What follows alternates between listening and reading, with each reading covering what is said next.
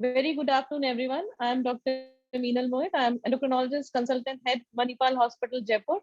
It's my honor and pleasure to invite Alka ma'am, Dean ICP, and Dr. Shyam Sundar sir, the API president, this afternoon here amongst us. We have, by the vision of Dr. Alka, launched a certification program under the aegis of ICP API, and we are this year running four short courses. One is male hypogonadism. The course director would be Dr. Prakash Keswani.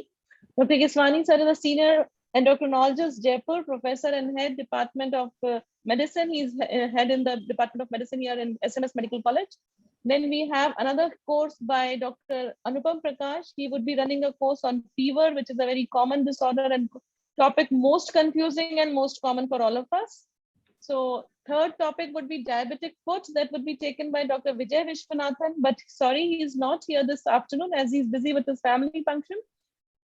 The fourth course would be on thyroid dysfunction that I would be taking. The thyroid dysfunction, as you all know, is another non-communicable, almost a pandemic. And we have, all of us, we know that though the burden is diabetes 50%, almost another 40% is thyroid. And in some way or the other, we are dealing with thyroid dysfunction every day, right from children to growth to puberty. Even pregnancy, we come across thyroid dysfunction very commonly. Then there is elderly group, which are confusing. Then we have subclinical cases, which is still more confusing. So we will be running a course on thyroid dysfunction, beginning right from anatomy, physiology of the gland to how to interpret the reports, how to manage the cases, whether to interfere or not. Even we will be including some concluding sessions on thyroid malignancies. So with that brief introduction, I would request Alka ma'am to please take over and say a few words. Thank you, Dr. Minal. The participants may be knowing that Indian College of Physicians is an academic wing of our national API. And we thought that we should have some academic activities. Although most of us or all the API members are the postgraduate degree holders, even then in clinical practice, we face so many clinical issues and we are always in a dilemma. So I thought that we should have, to update the knowledge, we should have some focused short courses. Now, like all sciences, medicine is also a very dynamic science. Every day new information is coming in. And therefore we need to update ourselves because we are dealing with the human life. When I put this idea to my colleagues, all the ICP members, they upheld it and they supported me, and we decided to start short courses. But I'm more happy that immediately I got a response from my colleagues, and 4 people immediately came forward. One was Dr. Minal, Dr. Vijay Vishwanath, Dr. Keswani, and Dr. Anupam Prakash. And then we decided the subjects, and we said that we will invite the participants' name and we will start the course because you need some weeks to for the whole preparation. So I'm happy there was a good response. Now, thyroid is a very common problem. In last few years, I found that suddenly there is an awareness in the community. So in Mumbai, at least many people, they get themselves T3, T4 done, and then they come to the doctor. Why did you do this? Because there is a fullness in the neck. Why did you do this? Because I'm putting on weight, something like that. And people come with the reports, but the management of thyroid dysfunction is pathetic because everybody has a hand on thyroid, right from Ayush doctors to all the specialties of clinical medicine, and last comes physician and endocrinologist. So after this course, I'm sure you people will have very comprehensive scientific knowledge, and I expect you to disseminate that around you to your students, to your colleagues, and also to other people and the community, so that there is no mismanagement. The other day only I saw a very high T3, high T4, free T3, free T4. And the Ayush doctor was treating this patient with thyroxine 100 microgram. They only know thyroxine. A hyperthyroid case was being treated. Just 2 days back, I found one lady came with edema, feet, puffiness, and little lethargy, nothing more. And she told me that she's on thyroid treatment. So I said, which drug are you taking? Thank God she had brought the tablet. She was on neomercazole 5 milligram for last 12 years because people told her that thyroid treatment has to be continued lifelong. And therefore, I'm happy that Minal, you will be giving them absolutely a scientific knowledge, and our people, participants will be ready to deal with these problems scientifically, systematically, and will also disseminate the knowledge. Male hypogonadism is another topic, which is, the physicians usually shirk away from it because they feel little incompetent. That is what my experience is. Then the patient is referred either to endocrinologist or to andrologist.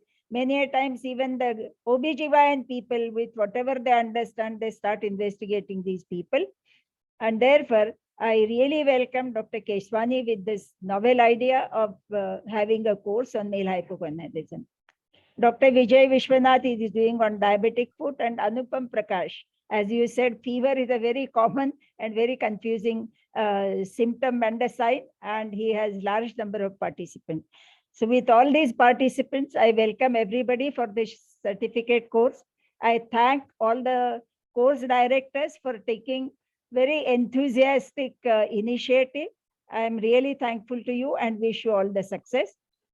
At the same time, I am thankful to Dr. Shyam Sundar, who is the chairman of ICP, for giving all the encouragement. And I request my participants that at the end of the course, please give me your honest appraisal. If there had been any deficiencies, we will try to rectify. If you think that we should repeat these courses, please be frank enough. Or if you want some courses on some other subjects which are very common and confusing, we will be happy to, in whatever way we can help, we will do that. So thank you very much. Thank you, Dr. Minal. Thank you, Dr. Keswani, Dr. Anupam, and Dr. Shyam Sundar. And I wish you all the success. Thank you. Thank you, madam. Thank you, ma'am. Thank you so much, ma'am. And we will really try to justify with the topic and also justify the participants who are giving their time and your vision, which you and the faith you have placed in us. We will surely try our best to justify it. Dr. Shyam Sundar sir, may I request you to say a few words of encouragement for all of us? Thank you. Good afternoon, everybody. It's really a pleasure to be a part of this course. And Rajasthan chapter, especially, I like to congratulate for hosting this course. All the 4 subjects that have been selected are so common. Every day is practice. As Madam says, Madam Deshpande, that thyroid, PU or fever, febrile disorders, male hypogonadism, again, as someone said, probably Madam said that we feel incompetent to deal with that. So that is a very important part. And of course, thyroid disorders, everybody said, I mean, there is a probably epidemic of thyroid disease, as usually seen with the diabetes. Nowadays, I have seen one very important phenomena, which I'm sure Dr. Keswani will, or Dr. Minal will discuss, is that today we get a report of TSH being, say, 4.5 is the higher limit. If you get 5, they immediately start thyroxine, immediately. And they would pick the dose by themselves. It could be 25 microgram, it could be 50 microgram, it could be 100 microgram. Yes. And they will put on the drugs and being told to the patient that you have to take all your life. So I think this is one area that I think needs a lot of stress as far when we are discussing thyroid. And I hope Dr. Professor Minal has already thought about this and will be discussing this. I also congratulate Dr. Keswani, Dr. Minal, and Anupam Prakash, again, febrile disorders. I mean, yes, I have interest in infectious diseases, and febrile disorders sometimes, test best of the physicians. I said fever or PUO is really an acid test for a physician, and to reach to a diagnosis is really not an easy job. Sometimes you really wonder what is it. So I think it another very important topic, and which very able teacher is there in form of Anupam Prakash. So with all these, I have to mention Dr. Professor Alka Deshpande's dynamic leadership. I mean, once she has taken over as Dean ICP, really there has been a spur in the activities of ICP with more CMEs, certificate courses like this, and updates. So you can clearly see her, impression, her mark on these areas. And I'm sure more and more are in offer and will be coming soon. So with these few words, I congratulate all of you and wish you about the success of this certificate course. Thank you. Thank you, Dr. Shamsundar sir, for your encouraging, motivating, nice words. We are encouraged. We are thankful to you, saying so many good things for us, all the speakers. And in future also, we shall be getting such kind of motivations from you. And we all are very much thankful to Alka Madam, whose vision only has given us this encouragement for starting these courses. And of course, we will try our best to do the justice for the topics, and we will try to deliver some good things to audience also. And this kind of courses will definitely, I think, will prove beneficial to many of the physicians who usually do not attend CMEs regularly or do not read in between because of their busy schedule in the practice, and also good for the residents also. Thank you, Madam Alka. Thank you, Alka Deshpande, Madam. And thank you, Dr. Shamsundar sir, for your all nice words. Thank you very much. Thank you, sir. Thank you, ma'am. Thank you, Dr. Prakash, sir. Anupam, sir, would you like to say and all something? the best. No need. Thank you so much. And all the best to all the course participants. And thank you, Dr. Alka, ma'am, Dr. Shamsundar, sir. Sir, just to keep you updated, we have already formed a WhatsApp group also with all the participants. And interestingly, I have the first paper, the pre-test for the first module I had posted, and all the participants have actively replied also. And few participants have already posted some cases also for discussion. So beyond these classes, the discussion is already going on, and I am very hopeful that such discussions will continue. Your pre-test was quite tough, huh, Minal? Minal, don't take too many tests. Sir, there are only 8 MCQs. सब कहेंगे master नहीं कहाँ से आ गई. I have got a received call from Dr. Parikh. He was misunderstanding that the meeting is from 3 p.m. So he could not join, and he will be joining later on. So possibly because of some wrong message, because hypogonadism was going to start from 3 p.m. So he must have seen that message, and he could have not been able to join. They let him join late, but we need his blessings, being the senior most physician and teacher. Yes. So we are waiting for him. Sure. Okay, we should start. So, ma'am, with your kind permission, should I start the topic? Dr. Virendra has raised his hand, sir. Do you want to say something? Dr. Minal, where you have posted these questions or queries, or where are you to see these? Sir, on the WhatsApp group, posted the paper. You are not a participant of the thyroid. Have you not applied for the thyroid? Parikh has joined. Dr. Parikh has joined. Yes. Namaskar, Namaskar, sir. Yes, sir. Good afternoon, everybody. Madam, namaskar. Namaskar. Parikh sir, namaskar. नमस्कार sir, नमस्कार. मैंने पहले ही बोला. आप ही का इंतजार कर रहे थे सर. Sorry, वो मैसेज शायद थोड़ा गलत हो गया sir. Dr. Parikh sir, we are waiting for your blessings. We can't go forward without you.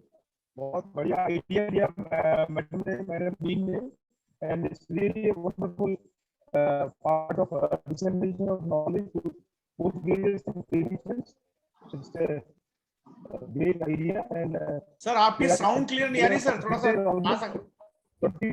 40 CME programs in Rajasthan, and we will add many more.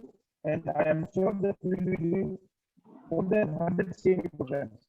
I am sure it for 100 CME programs. So thank you very much, Dr. Shamsundar and Dr. Alka for coming and gracing the occasion. So I think we should start now. Welcome everybody, all my friends.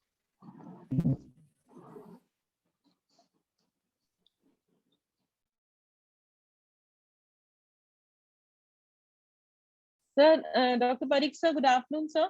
We welcome you here in this forum. We were waiting for you because the thing has to start with your blessings as always.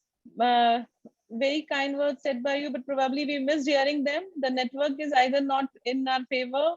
So I'm really sorry that I really could not appreciate exactly the words, but I can appreciate the intention. I know you must have been very kind and always blessed all of us. No problem. Thank you so much. So now we start now. Next talk, next one. Or we are not getting started.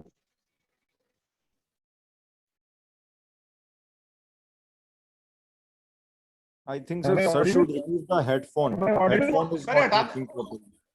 Am I audible? हटा दें sir headphone. अरे मेरी आवाज आ रही है? हाँ आवाज साफ मेरे सर आपकी। सर वो आवाज नेटवर्क इशू है प्रोबेबली। आपकी आवाज साउंड तो आ रहा है लेकिन वर्ड्स क्लियर नहीं हो रहे सर। यार इसको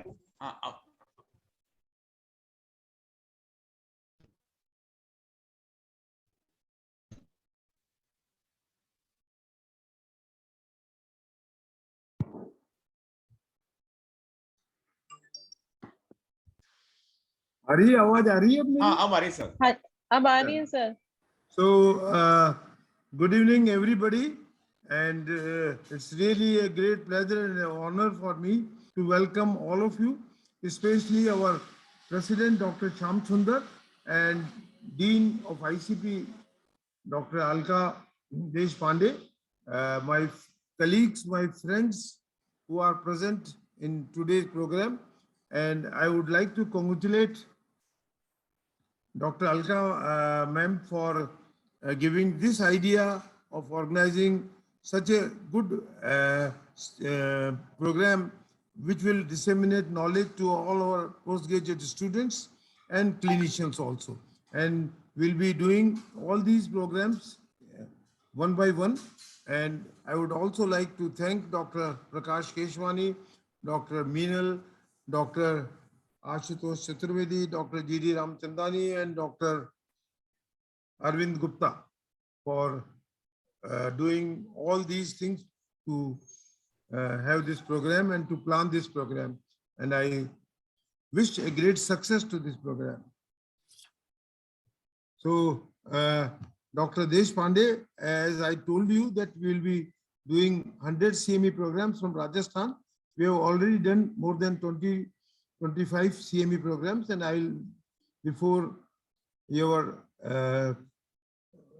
tenure, will be doing more than 100 CME programs. Thank you, sir. Thank you. Thank you so much. So let us Thank start. you, sir. So, ma'am, if you allow, should I start Yes, the yes. presentation? Minal, you should start. Otherwise, we'll be running Yes. short of time. Yeah. Yes. So I try to finish by 3.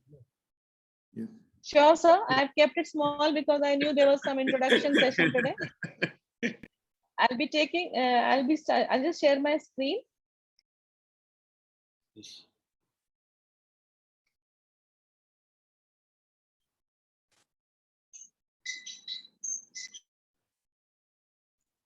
So very. This has already been shared with all the participants. Now the module 1 is going to talk about the basics of thyroid today, the anatomy, physiology, and the hormone synthesis. That would be the basics. So as we all know, the thyroid gland, the name has been after the cartilage, that is the thyroid cartilage, and it's a Greek word.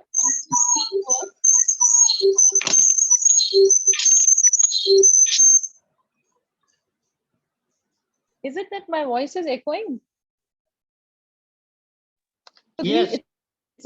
Yes, a bit echo. Now it is okay. Go ahead. Okay. Sorry, ma'am. So the thyroid gland, the name has been taken from the cartilage, and it's a Greek word which means shield. That is because of its shape. It's one of the largest endocrine glands. The weight of the gland is around 10 to 20 grams. It is located below the larynx on either side of the anterior trachea. As we know, it is a butterfly-shaped gland with two lobes, right and left, which is connected through an isthmus. The right lobe is a bit larger in size and a bit more vascular, but the abscess formations or the infections are more common on the left side. This is the picture of the thyroid gland, and we understand that there are smaller parathyroid glands which are embedded within the thyroid gland. Now, as we look into the follicular or the histological structure, you will find that it's basically a follicular. The basic structure of the gland itself is a follicular structure. It is composed of follicles, and these follicles are lined by the cuboidal epithelium cells, which are almost a single layer of epithelium. And in between the follicles, there is parafollicular cells, and inside these follicles, there is filled is a colloid. The colloid is filled. These are the cuboidal epithelium mononuclear layer which is enclosing the colloid here. These are spherical follicles, and in between the follicles, these are parafollicular cells. These parafollicular cells secrete calcitonin. And as you know, the very first question was, what is the origin of these parafollicular cells? These parafollicular cells actually come from neural crest, and we will look into the embryology of the gland also. So these are the parafollicular cells. These are also known as C cells or clear cells. This name is given because of the histological pattern, that is, which is on staining. They take a stain lighter than the thyroid follicular cells. That is why they are known as clear cells or C cells. The function of these is to release calcitonin. This calcitonin plays an important role in calcium metabolism. Whenever we will be discussing calcium metabolism, we will discuss calcitonin in details. So this is the structure. These are the parafollicular C cells in between. Coming to the embryology, the second question or one of the MCQs was how it begins to develop. So the embryology says that the gland begins from the base of the tongue. There's a diverticulum which descends.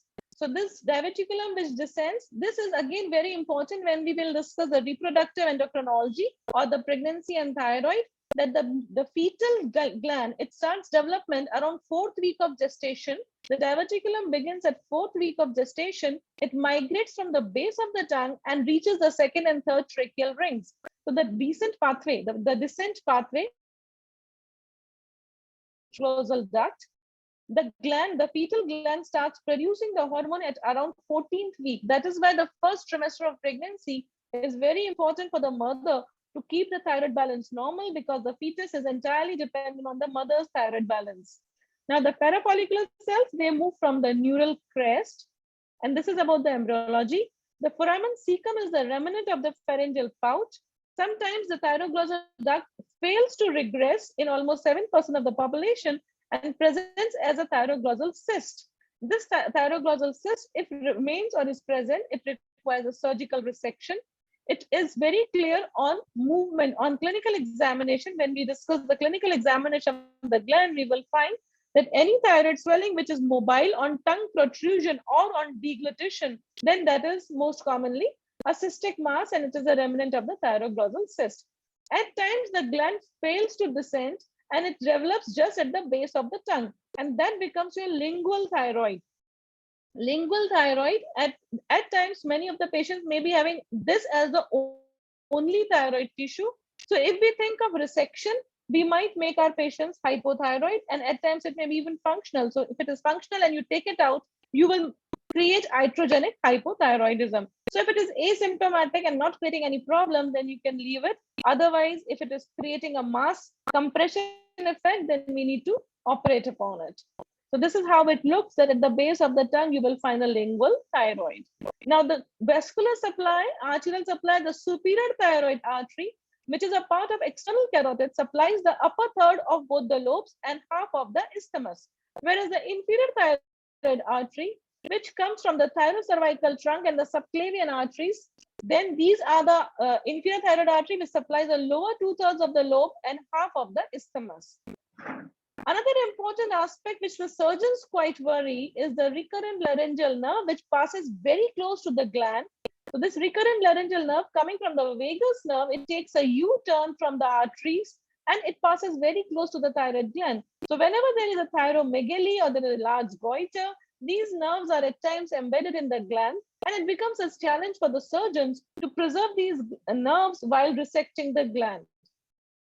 Then the lymphatic drainage is also very important because there's a large number of lymph nodes around the gland, which can be superior deep cervical, inferior deep cervical, submental, submandibular, prelaryngeal, paratracheal, and pretracheal. All these nodes are around the trachea, and any of these nodes can be enlarged. And whenever they are enlarged, they become at times very confusing with the thyroid nodule also. So we need to find out whether it is a lymphadenopathy we are dealing with or it is the thyroid nodule that we are dealing with. Then the thyroid hormones, which we commonly known as thyroxine, that is T4, and triiodothyronine, that is T3. So T4 and T3, these are the two principal hormones. T4 is actually a pro-hormone. It is having 4 molecules of iodine attached, and T3 has 3 iodine. So it is T3 is 3 iodines and T4 is 4 iodine molecules attached. T4 is a pro-hormone which gets converted either in the liver or in the peripheral tissue to the active hormone form, that is T3. How does the synthesis and the hormone synthesis takes place? Depending upon our dietary iodine, the daily recommended dietary iodine is 150 micrograms. So the dietary iodine, which is absorbed in the iodide form, this iodide is actively transported and taken up by the gland. The iodine uptake by the gland, then there is thyroglobulin synthesis. This thyroglobulin synthesis takes place with tyrosine, that is, it's an amino acid. So protein, the thyroglobulin is a protein. So protein synthesis with tyrosine molecules, this thyroglobulin actually acts as a scaffold or the base where the actual hormone synthesis takes place. Then once the iodine has entered the gland, it undergoes oxidation. Transported iodide, it is again changed to iodine. Then this iodine binds to the tyrosine on the base of thyroglobulin and forms monoiodotyrosine. If 2 iodine molecules are taken up by tyrosine, it forms diiodotyrosine. Then 1 monoiodotyrosine combining with 1 diiodotyrosine, the 1 plus 2, that is 3, that forms triiodotyrosine, that is T3. And if 2 of the DIT, that is diiodotyrosine, they bind together, they give us T4, that is thyroxine. So we form, inside the gland, there is synthesis of both T3 as well as T4. Now these both the hormones, they are on the base of thyroglobulin and they are preserved in the colloid. Then with the proteolysis of the thyroglobulin, these hormones are released into the circulation. The uniqueness of the endocrine, this thyroid gland, is that this is one gland where the hormones after synthesis are stored in the extracellular storage, that is the colloid, which is there within the thyroid follicle. So this is how it happens. This is the thyroid stimulating hormone receptor. This is TSH receptor. The TSH will come from the pituitary. The thyroid stimulating hormone will bind to the TSH receptor. And after this TSH receptor binding takes place, there is stimulation of the sodium iodine symporter, that is NIS, sodium iodine symporter. So the iodine will enter the this cell of the, this is a cuboidal cell of the follicle. This is just the basolateral wall, and this is the follicle, this is the colloid here. So this cuboidal epithelium, this is happening inside the cuboidal epithelium. So the sodium iodide symporter will transport the iodide inside. There it will be organification. Again, it will change into iodine. Then this iodine through the pendrin, this is a pendrin channel. Through this pendrin channel, iodine will enter the colloid. This is the thyroglobulin where the tyrosine is changing into thyroglobulin. And at this thyroglobulin also enters the follicle, the colloid. In the colloid, there is thyroglobulin and iodine is available. So this iodine organification happens and there is monoiodotyrosine formation and diiodotyrosine formation. And monoiodotyrosine plus diiodotyrosine forms T3, that is triiodothyronine, and 2 molecules of DIT forms thyroxine, that is T4. Then after this thyroglobulin re-enters the cuboidal epithelium, and inside here there is proteolysis, and after proteolysis this T3 T4 is released into the circulation. So this is how the entire enzyme synthesis or the hormone synthesis happens inside the wall. Now this is thyroid peroxidase. This is the enzyme which facilitates, and this we all know it very particularly because we always assess the anti-thyroid TPO, that is thyroxine peroxidase antibodies. So TPO antibodies are commonly assessed to find out the autoimmune status of the patient. And we all know that once the patient is having autoimmune status, then such patients need treatment for life because they have the autoimmune profile. Treatment may be just a follow-up. I'm not saying we need to give medicine, but these patients need to be kept under observation if they are anti-TPO positive. So just to briefly repeat the steps in thyroid hormone synthesis, the first is iodine trapping. So iodide concentration by the salivary gland, thyroid gland. Salivary gland, why I'm mentioning, because when we assess the hyperthyroid status by the technetium uptake, we compare the gland with the salivary gland. The uptake of the thyroid gland is compared with the salivary gland uptake. Then this is active transport and uptake of iodide. This is sodium iodine symporter, which pumps the iodine inside. That is why the iodine gets concentrated inside the thyroid gland. So it is 40 times higher uptake of the gland because of sodium iodine symporter. This sodium iodine symporter we saw is stimulated by TSH. TSH is coming from the pituitary. Now this sodium iodine symporter is under autoregulation mechanism. This is also making uptake of pertechnetate. This pertechnetate is important to remember again, because later when we will study the radio imaging of the gland, we will find that we are using 99 technetium uptake to assess the hyperthyroid or the thyroid nodules. The toxic nodule states we are assessing by the use of 99 technetium. Then there is organification. The iodide, it changes back to iodine, and this iodine binds to the tyrosine, and this iodine binding to tyrosine is known as organification, and this is mediated by TPO. And if this TPO is having antibodies, then again the patient turns hypothyroid. So thyroid peroxidase oxidizes iodide and iodinates tyrosine to form monoiodotyrosine and diiodotyrosine, and this is happening at the base of thyroglobulin. Thyroglobulin is a protein which is formed by tyrosine. So this is how it all happens. This is monoiodotyrosine. This is only one molecule of iodine. Then this is diiodotyrosine with two molecules of iodine. Now coupling happens when monoiodotyrosine and diiodotyrosine bind to form T3, and two molecules of DIT combine and form T4. So there is coupling happening. So this is monoiodotyrosine. This is with all four molecules. This is thyroxine. This is 3, that is T3. And when all this is happening, at times this iodine from the outer ring remains, and this outer ring iodine remains. The inner ring iodine is lost. So this becomes your reverse T3. This reverse T3 is physiologically inactive and has not much of the role, except in some specific conditions that I will be discussing in later lectures. So initially we will be talking of T4 and T3, that is thyroxine and triiodothyronine. Now these are released. They are again stored with thyroglobulin. They come back to the cuboidal epithelium where proteolysis happens, and they are released into the circulation.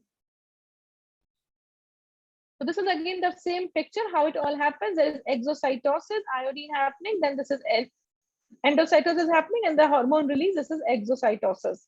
So this is all happening here in the thyroid follicle. And this is the colloid which is stored inside the thyroid follicle.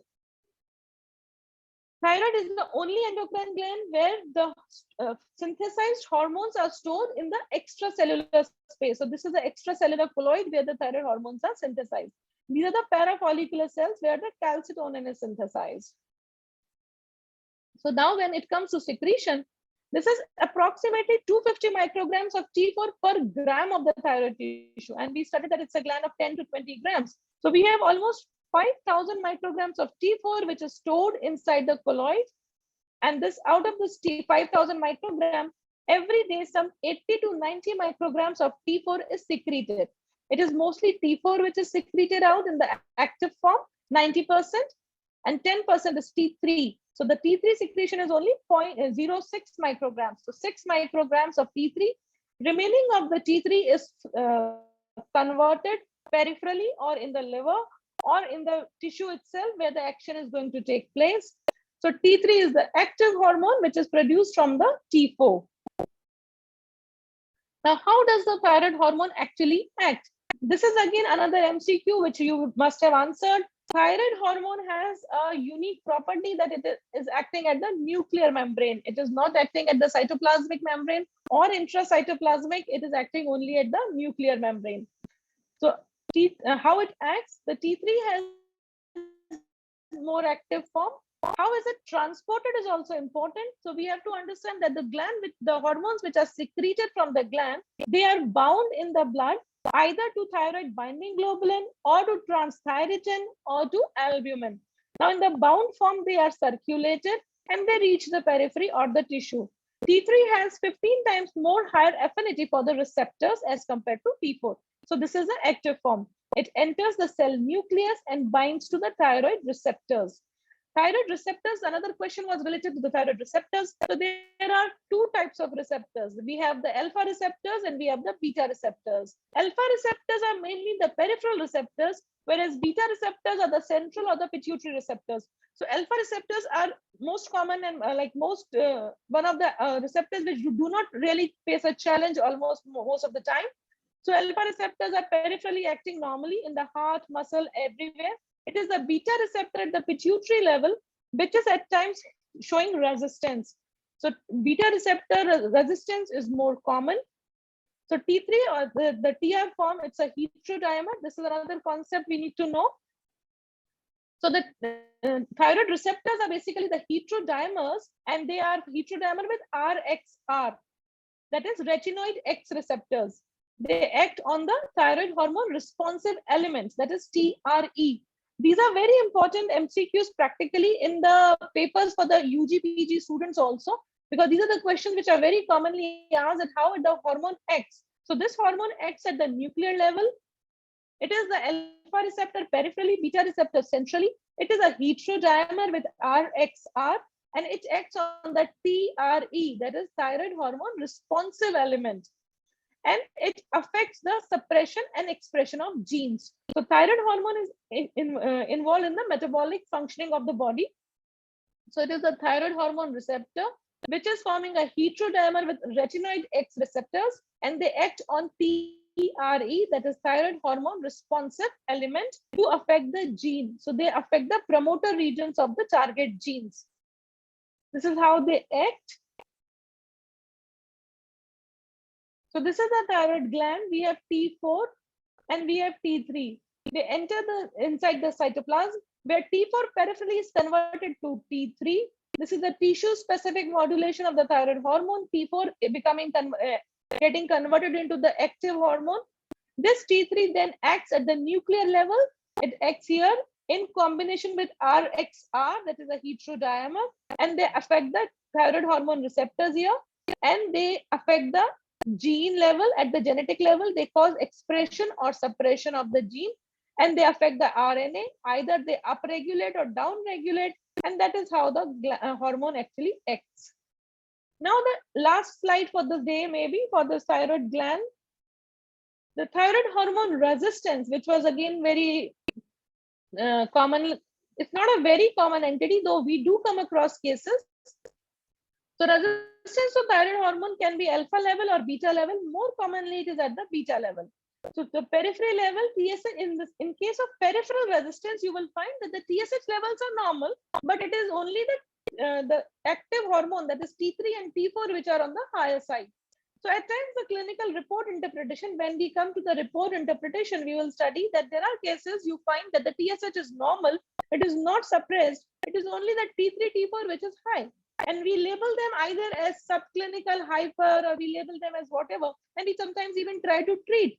As Madam rightly said, that some patients already come to us who are already on treatment. It started by anybody, any of our fraternity only.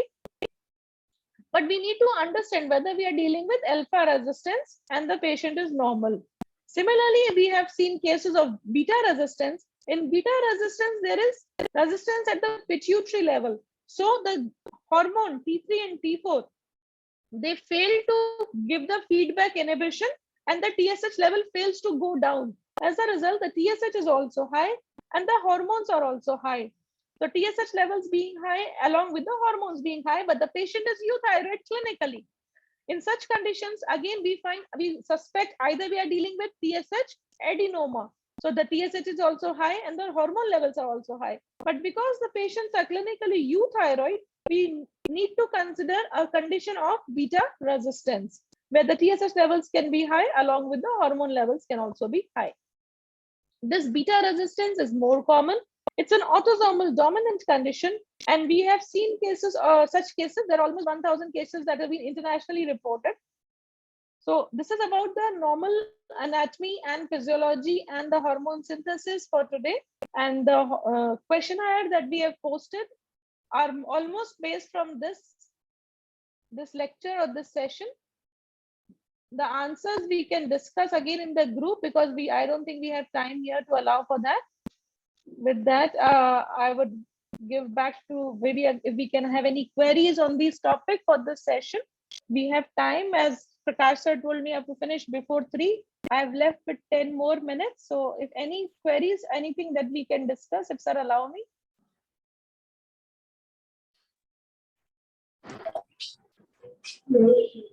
Please continue for a few more time minutes. Any queries you can handle.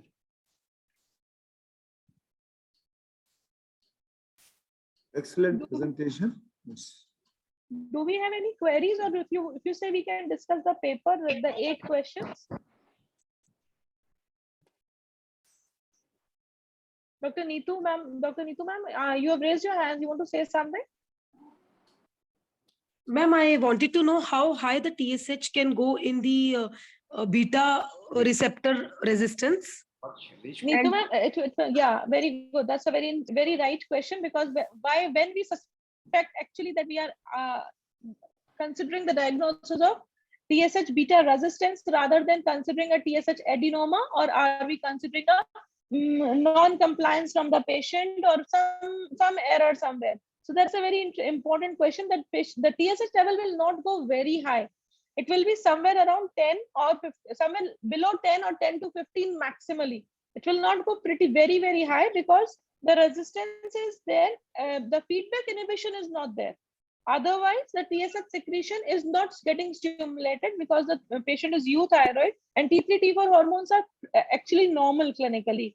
The TSH levels did fail to get suppressed in response to the normal levels of T3, T4. So the gland continues to produce, but still the hormone levels, they do not go very, very high, further confusing us with adenomas. They stay somewhere around the subclinical ranges, that is 10, 11, 12, not more. Thank you. Dr. Keswani sir, you can say something. It was a very nice presentation, clearing how hormones are produced and which kind of receptors are involved. And really, it was a good presentation. And I think this series of 10 lectures of yours will refresh our knowledge also. This we used to learn or study way back while pursuing DM in 93, 94. So I think it was a very good presentation, and it will refresh our knowledge also. So this kind of lectures are going to help us also. Thank you, sir. That's very true, sir. Teaching is the only best way to learn. Yes. Basic concepts have been cleared. Thank you, sir. Never knew such. Can I ask you a question? Physiology. We broadly know about thyroid hormones T3, T4, TSH, and the disease, but never knew. I mean, pathophysiology of T3. So it's an excellent presentation. Thank you, sir. Ma'am, what are the hormonal impact on this thyroid gland? So since there are a lot of hormones which can affect, especially during the pregnancy or the growing age. This question is coming from Dr. AK sir. Are you there? Yes, ma'am. Yes, ma'am. Okay. Yes, sir, very rightly said, and that will follow in the subsequent lecture, that how the pregnancy affects the thyroid glands and the thyroid hormones, and how the puberty affects the thyroid hormone and glands. But just to brief you, because you put up a question here. See, this hormone then becomes very important, as we all know, as we just studied, that the fetal growth entirely depends in the initial first 14 weeks entirely on the supply from the mother. But even after that, it is not that the fetal gland starts producing the full dose. It is just picking up, starts secreting. So the mother has to maintain the hormonal level throughout the pregnancy. And after that, once the child starts growth, so during puberty, the pubertal hormones, they take a spurt. So again, at that time, the thyroid hormone levels, we need a little on the higher side, because of the steroid, the other hormones like the cortisol and the steroid hormones, they cause some suppression of the gland. At the same time, during pregnancy, we know that there is another hormone called HCG, which stimulates the TSH structure. Oh, there's a structural homology. So again, there is TSH suppression, which stimulates a picture of clinically with a not clinically, but biochemically, it stimulates hyperthyroid. And sometimes theoretically, we have seen patients getting treated also. So that there comes a scene where we have to differentiate whether we are looking for free T4 hormones, because free T4 hormones are not affected by all these other hormonal changes. It is always the binding molecules which are affected. So there are change in thyroid binding globulin, there are changes in albumin, pre-albumin or transthyrogen. So all these binding molecules get affected. As a result, the total T4 and the total T3 gets affected. Whereas the free hormones, they are not really affected. So that is the time when we have to assess the free hormones. Then depending upon the free hormones, we take a call whether we treat the pregnant lady or we do not treat the pregnant lady. So this is about the pregnancy. And puberty again is another condition where we consider either the free hormones, and we try to keep the hormone on the higher side, because growth is affected and the linear growth of children, that is the height spurt, is affected if the thyroid balance is disturbed. So these are the two critical timings. Then third critical timing is the geriatric, that is the old age. Again, though we say that the thyroid TSH is not affected by aging, but yes, we know that overall there is some downfall of the hormonal functioning. As a result, we allow the subclinical state to persist, and we do not treat at say up to after 65 or after 70. We do not treat when we have a subclinical condition of TSH, say 7 or 6. So these are few conditions and exemplary cases that we will be studying when we are discussing the report interpretation and some different scenarios, and when does the thyroid actually poses a challenge. Thank you, ma'am. Thank you, sir.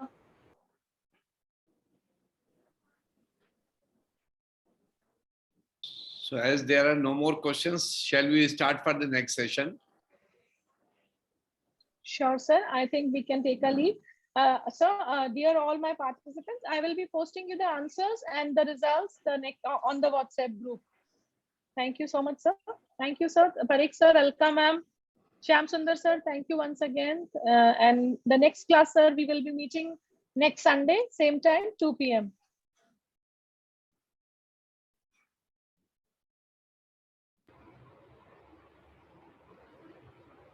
Ajay, shall I share the screen? Next lecture. Yes, sir. Yes, sir.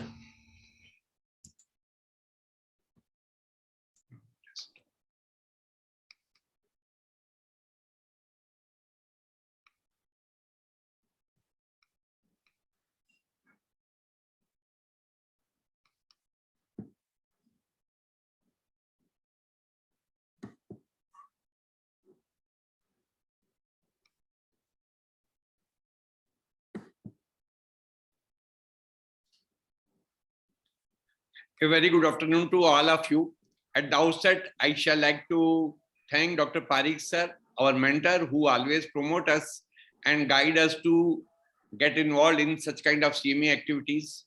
Dr. Shyam Sundar sir, our President API, and Madam Alka Deshpande, for giving this opportunity to be with you all in this afternoon. When Madam gave me this topic, first I was stunned that how and what should I include in the topic. And when I was going through my notes of the DM, I thought that it is not a simply hypogonadism. Male hypogonadism has a very good impact on many of the organs, not only on the testes, not only on the facial hair or sexual performance or infertility, but testosterone affects a number of other organ systems. And affection of testes are not only because of the hormones. I thought I could see that it is affected by the aging, by exercise, by obesity, and in such hypogonadism can cause a number of other diseases beyond these erectile dysfunctions and so many things. And we made a module of it. In this first lecture, I shall only will be able to give you what is the male hypogonadism and which kind of problems it can cause and what is the burden of male hypogonadism on the for the patient and for the society. In subsequent lecture, Dr. Salesh will be giving us like causes of the male hypogonadism, and later on we will be dealing with the other aspects of the hypogonadism by many of the good speakers. And to start with, coming over to what is male hypogonadism. To simplify, male hypogonadism is a clinical syndrome resulting from a failure of testes to produce adequate amount of testosterone. Testosterone, we all know, is a male hormone and is required for virilization of a male. With its help only, males have more hair growth on the body. They have development of sexual organs. At the same time, so many other things are produced by the testosterone, like it maintains the bone mass, it maintains the muscle mass. It is also required to maintain hemoglobin. It is also required for so many other things, including insulin sensitivity and maintaining good fat muscle body composition. So in addition to the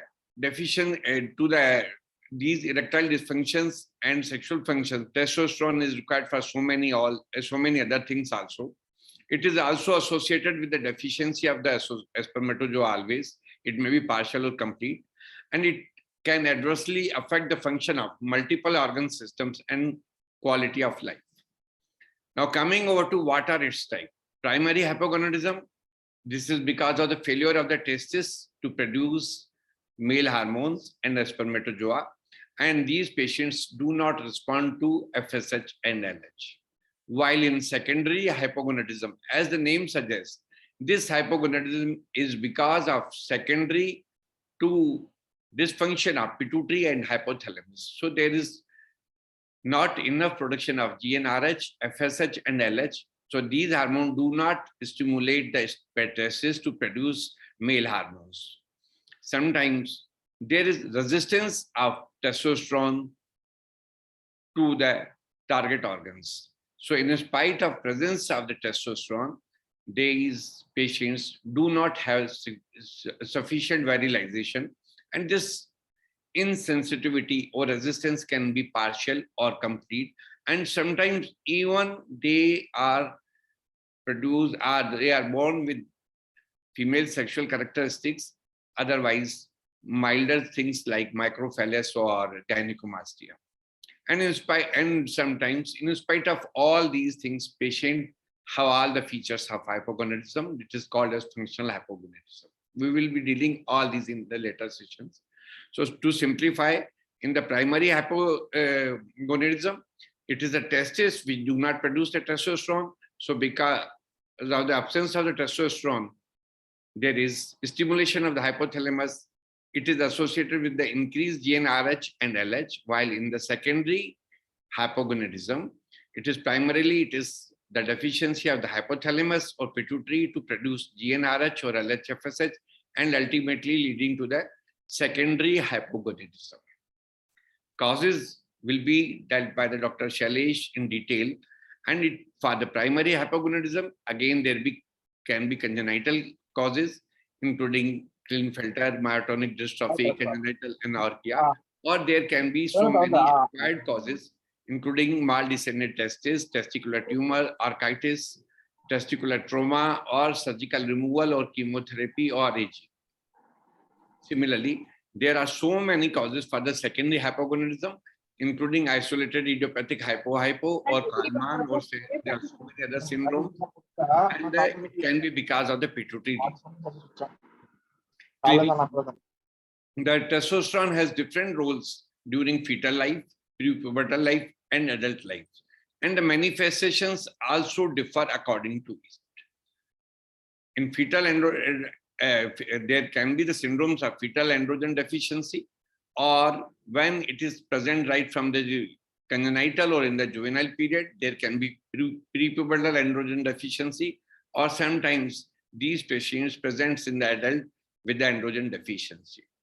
And the common symptoms are reduced testicular size, decreased body hair, gynecomastia, loss of figure. Surprisingly, obesity and metabolic syndromes are quite common with the androgen deficiency. These patients may have insulin resistance and development of type 2 diabetes. These patients have reduced sexual desire or decreased libido and decreased sexual activity. These patients may have unified body habitus because of the long bones, long legs, and long feet, long arms. They also may have erectile dysfunctions. They have so many psychiatric problems also, including change in mood, fatigue, anger, depression. Decreased cognitive function have also been observed with the decreased testosterone levels.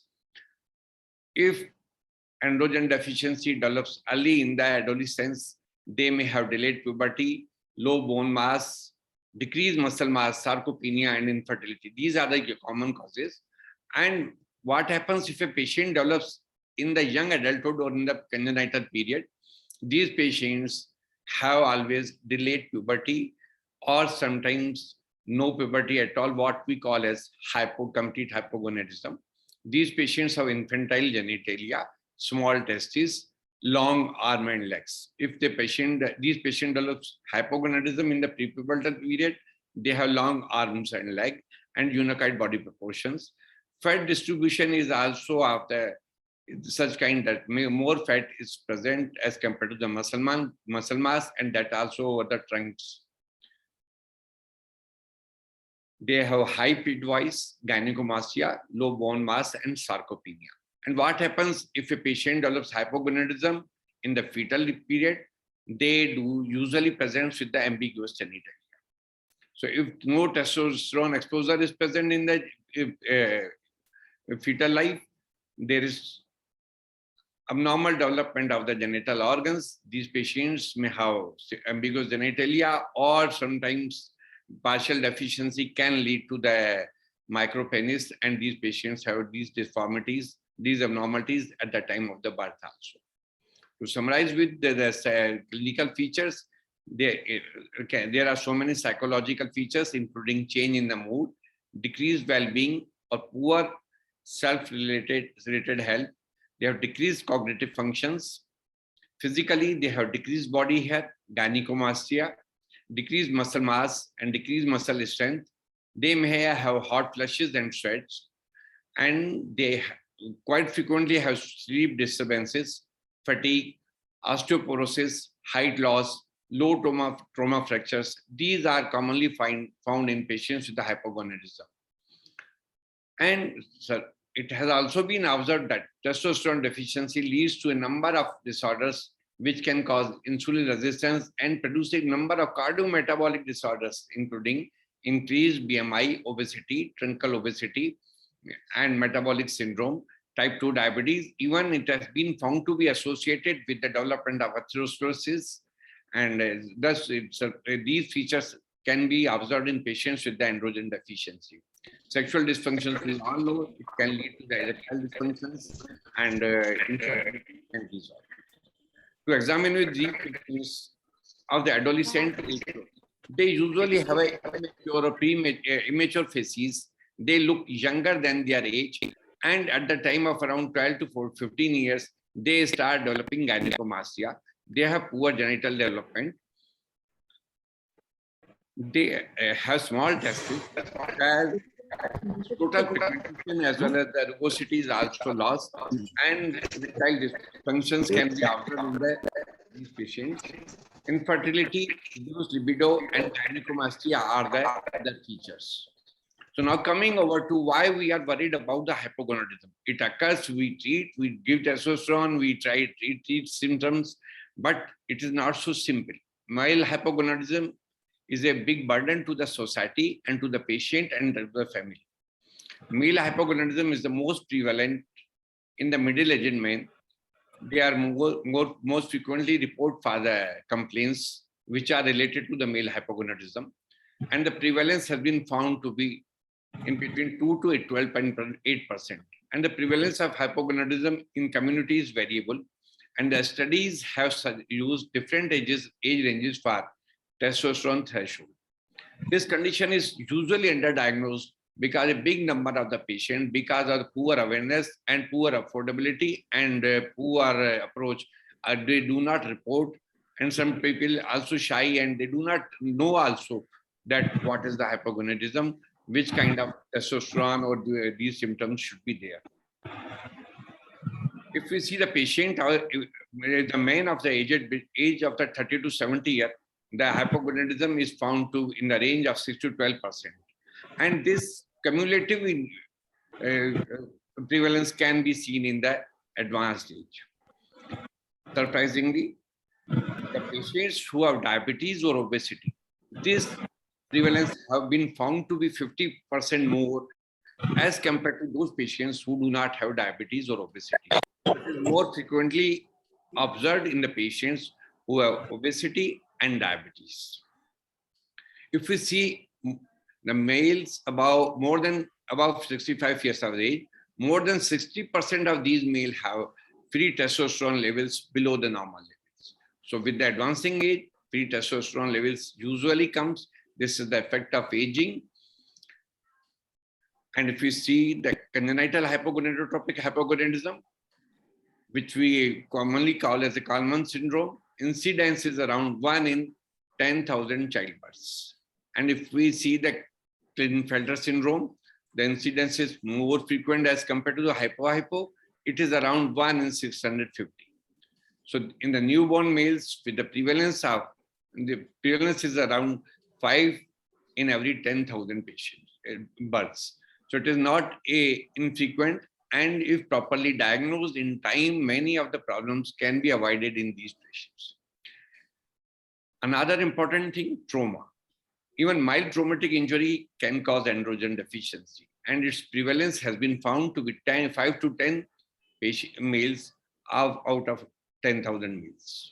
So even injury is not particularly in childhood or the injury trauma or that. Even the smallpox has been a cause of infertility for a very long years before we had a vaccine, and smallpox is vanished. So a big number of patients used to develop infertility because of this. And we all know that mumps is also related with it. So now coming over to what is the burden? It is a disease? No, it is not so simple. It is not only the low testosterone level and sexual dysfunctions. Hypogonadism also affects a number of other organ functions. Male hypogonadism is found to be associated with many comorbidities. These all together affect the physical and mental health badly. So what are the comorbidities associated with it, which are usually developed because of the hypoandrogenism or low testosterone levels? A big number of metabolic and other things, including metabolic syndrome, type 2 diabetes, obesity, cardiovascular diseases, osteoporosis and fractures, dyslipidemia, sarcopenia, depressed mood, and impaired quality of life. There's enough evidence, a big number of studies are with us, which suggest that low testosterone or hypoandrogenism can cause all these abnormalities, which we can call as comorbidities resulting from androgen deficiencies. Now coming over, do these comorbidities also affect hypogonadism? Yes, surprisingly, it has been seen that hypogonadism can cause all these problems, and these patients who develop obesity, type 2 diabetes, dyslipidemia, metabolic syndrome, there is exaggeration of hypogonadism. So there's a vicious cycle for these. Coming over to these comorbidities resulting from testosterone deficiency one by one, male hypogonadism and metabolic syndrome is a one. The link between the type of hypogonadism and comorbidities is not fully elucidated, but hypogonadism is known to be more common among men with diabetes or obesity, and low testosterone is associated with the increased risk of these conditions. There is inverse relationship between serum total testosterone level and development of metabolic syndrome. It has also been observed that low total testosterone and low SHBG, sex hormone binding globulin levels, are associated with considerably increased risk of metabolic syndrome. They develop metabolic syndrome more frequently as compared to those patients who have normal androgen levels. So low testosterone is associated with the insulin resistance, with cell obesity also. And low testosterone has been found to be associated with the increased obesity and waist circumference. The relation between testosterone and metabolic syndrome is complex and bidirectional. Testosterone deficiency leads to development of the metabolic syndrome, and metabolic syndrome and obesity and diabetes also leads to the testosterone deficiency. The role of obesity in inducing hypogonadism is also well recognized. We find many of the obese patients develop hypogonadism, and a lot of studies confirm low androgen levels are associated with considerably increased risk of development of the obesity. Important information on the role of androgen levels in males have been provided by studies of androgen resistant and ARCO study. They have shown that androgen levels are found to be associated with low androgen levels were found to be associated with deposition of subcutaneous and visceral fat, increased triglyceride and LDL levels, and impaired glucose tolerance and hyperinsulinemia. And further, they have also observed that the testosterone supplementation could significantly improve glycemic control, reduce HbA1c, fasting plasma glucose, and insulin levels. And testosterone supplementation have been found to improve significantly reduced triglyceride, LDL, weight, BMI, and waist circumference. What can be the interrelationship between male hypogonadism and metabolic syndrome? The hypogonadal obesity adipocytokine hypothesis gives some clue for it. Whenever there is excess adipose tissue, it promotes insulin resistance and hypothalamic pituitary axis gets suppressed. It leads to decreased LH pulse amplitude, and this also leads to the high testicular aromatase activity, which converts testosterone to estradiol. So reduced tissue testosterone is there, which facilitates triglyceride storage in adipocytes by allowing increased lipoprotein lipase activity and stimulating pluripotent stem cells to mature into adipocytes.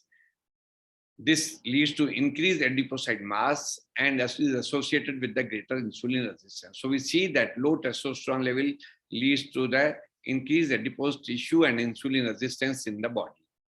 And the estradiol and adipocytokines, tumor necrosis factor alpha, interleukin 6, and leptins.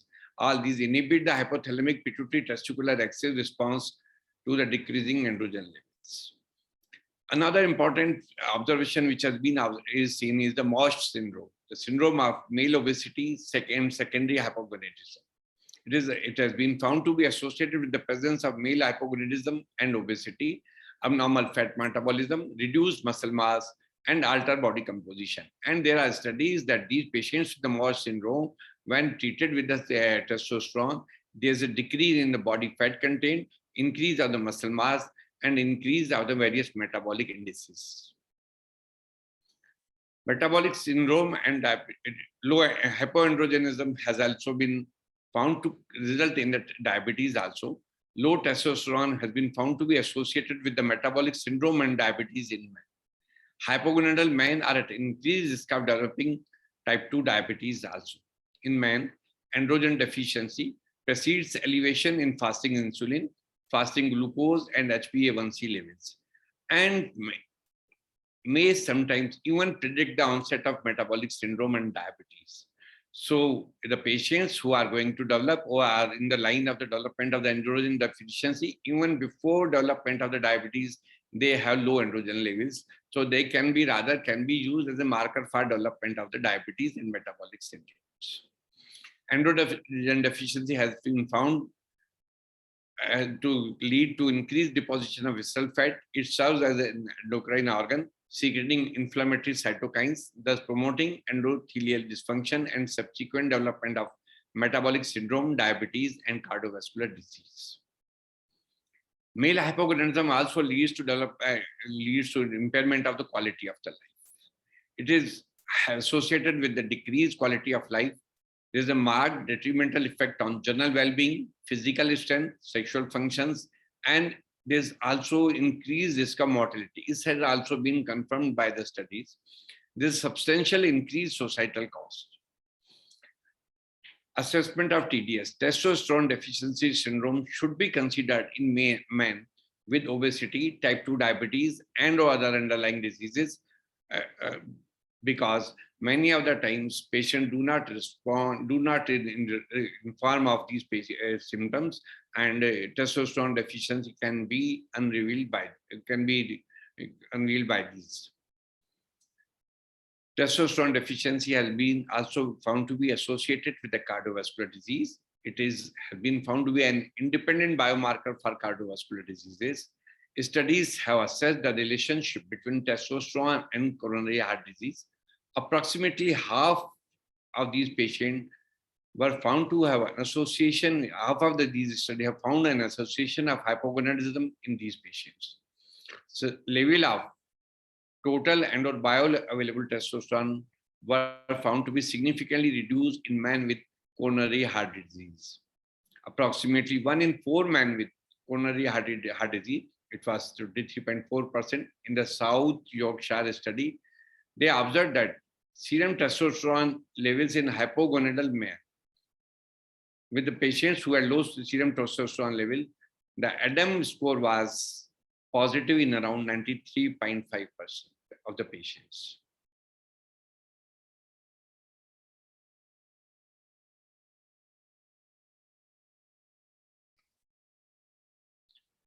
Low testosterone have been found to be associated with atherosclerosis, and it has been found to have direct correlation with the intima media thickness.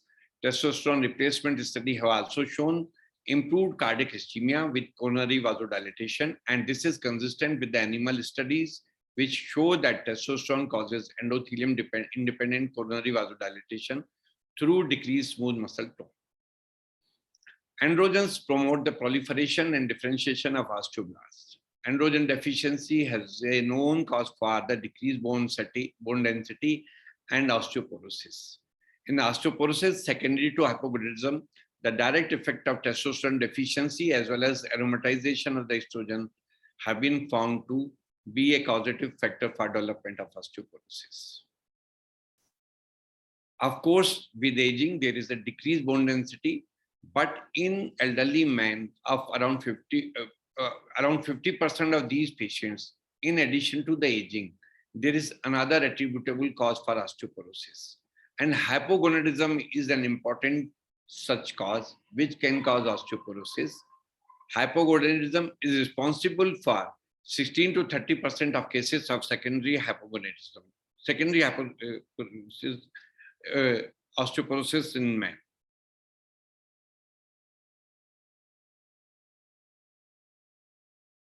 Sarcopenia, again, low muscle mass, is frequently seen with the androgens. To maintain muscle mass, androgens are required.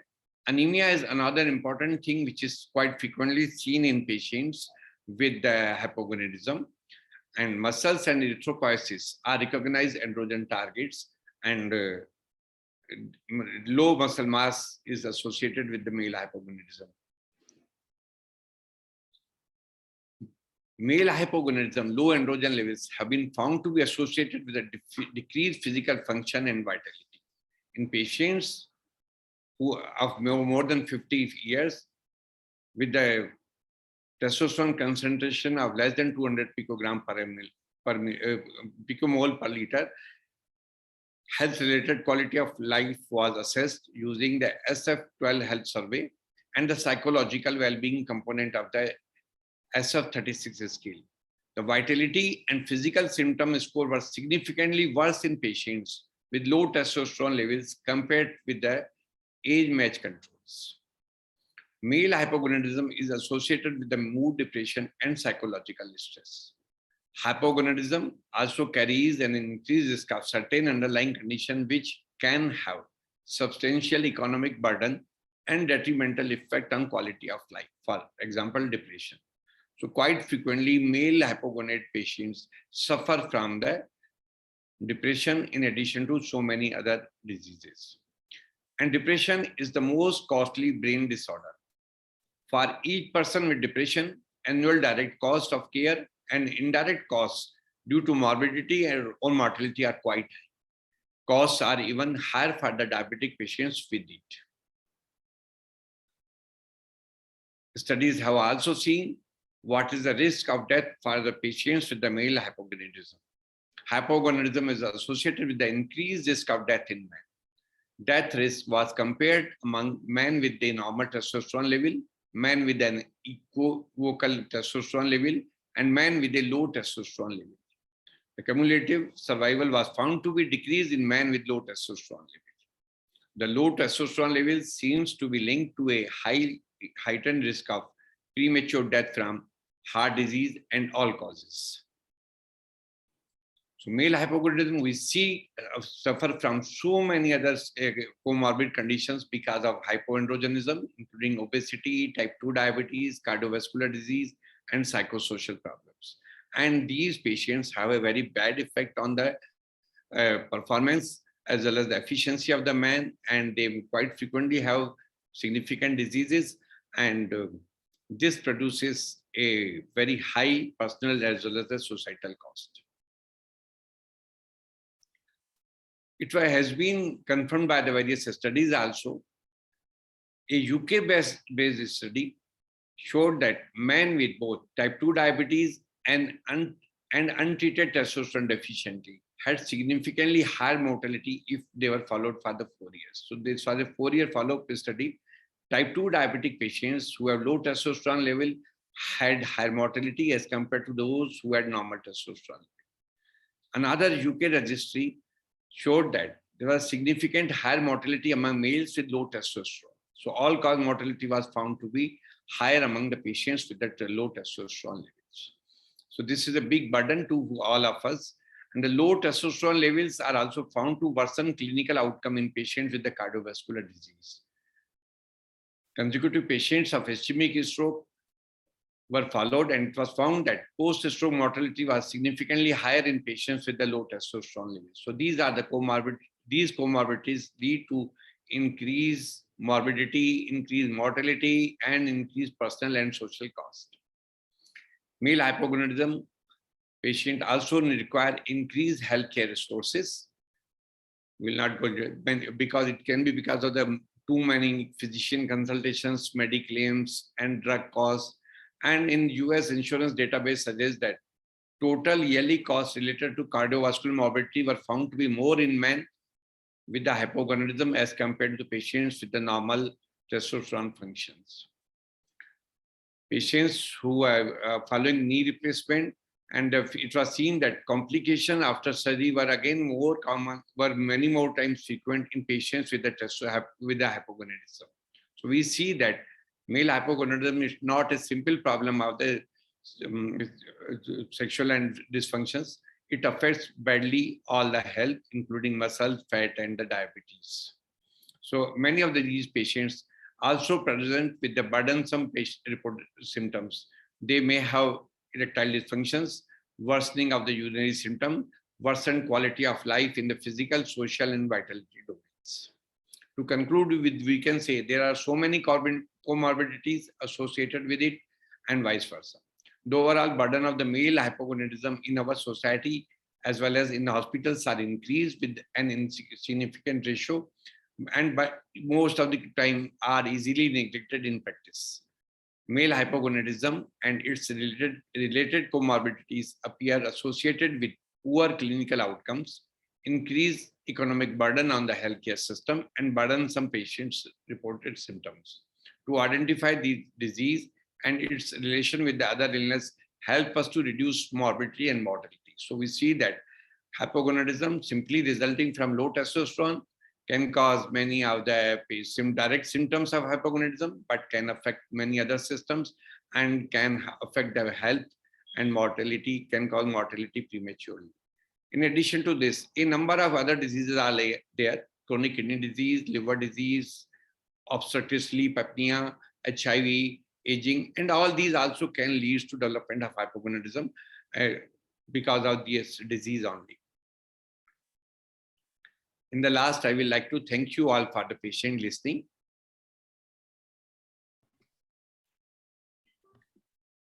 Thank you all for listening. Excellent lecture, Dr. Prakash. This is a very common and a very commonly seen in our day-to-day practice, this disease. I just want to ask you that in old age, there is a low testosterone level. The disease is known as andropause. Yes. Like menopause in ladies, andropause in male. And it is least recognized. Yes. Because many a times we are feeling low at old age, we feel low, but we do not know what is the reason. And when maybe andropause may be the cause. So what are the investigations and what is the treatment of andropause? Sir, this was given in the last two slides, which I did not show you, the aging. Aging, Yes. there is altered LH pulse, which leads to decreased testosterone production from the testes. So this altered LH pulse in the hypothalamus and the pituitary causes inefficient LH effectiveness and leads to decreased testosterone production. And many of these patients have significant effects. So they have low testosterone levels, again have effect of the age. So there are age-specific serum testosterone levels also. In the patients above 60 or above 70, the levels are usually low as compared to the patients who are having age of 20 to 30 or 40 years.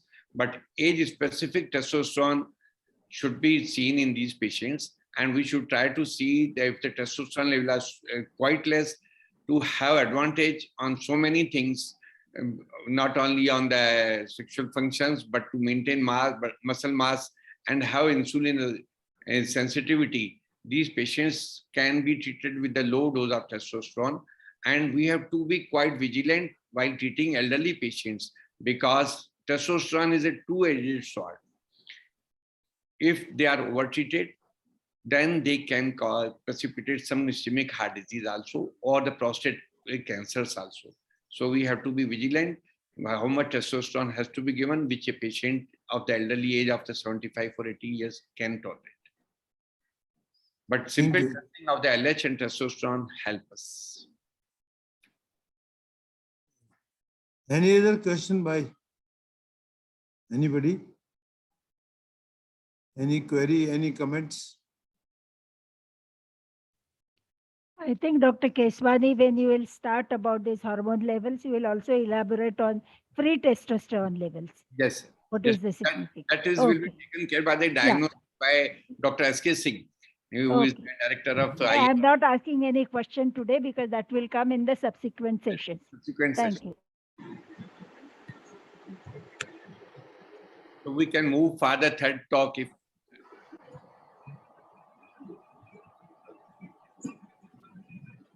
So the next speaker is Dr. Salesh Lodha.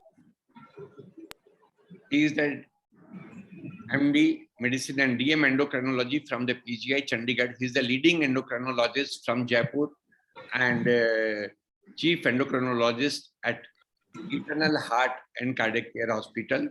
And I request Dr. Salesh to start with your lecture. Unmute, Dr. Salesh, unmute. You are muted. Yeah. Yes, sir. Good evening, sir. Good evening, Dr. Parekh and Dr. Keswani, and good evening, everyone. Shall I start, sir? Yes. So, Ma'am Alka Deshpande, Dean ICP. also present. It's okay, sir. Let him start. Sorry, madam. हाँ. Namaste, madam. Madam का ही programme है सारा. So Sir, आप you must. Brainchild of madam only. नहीं, Yes, आपका yes, सब yes. लोगों का गाइडेंस है, आशीर्वाद है, शुरू करो. Thank you, madam. Thank you. So after this introduction of the subject of male hypogonadism, I will now discuss, or I will rather enumerate the causes of male hypogonadism. There is a long list, and I think just enumerating them will take my whole talk. So I will discuss them in two categories, primary and secondary. Dr. Keswani has already highlighted what is primary and what is secondary.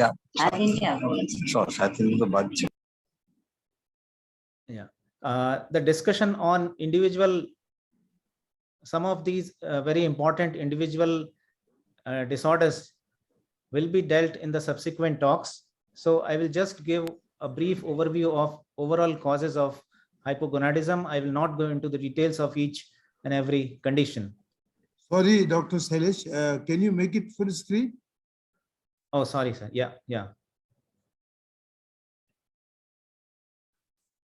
Yes. Is it okay, sir, now? Yes, yes. Yes. Okay. Thank you. So you can see in this picture on your left side, if you see this is the brain, and this is the region of pituitary and hypothalamus. And pituitary and hypothalamus, they release this hormone GnRH, and this GnRH then act on the anterior pituitary, from where LH and FSH hormones are produced, and these LH and FSH hormones then act on the testes, which is the end organ of this axis, and as a result the testis produces testosterone and sperm production. Now if something goes wrong with the testis, that means if testis is damaged due to any reason, it may be orchidectomy, it may be trauma, it may be infection. We will deal with this list in next few slides. This is called the primary hypogonadism, where the defect lies with the testes or the end organ. Whereas on the right side, if you see, if there is a damage in the hypothalamic or in the pituitary region due to any reason, it may be tumor, it may be again trauma, it may be infection or any other reason, there is drop in the secretion of hormones by this region, by the hypothalamic region, which is GnRH, gonadotropin releasing hormone.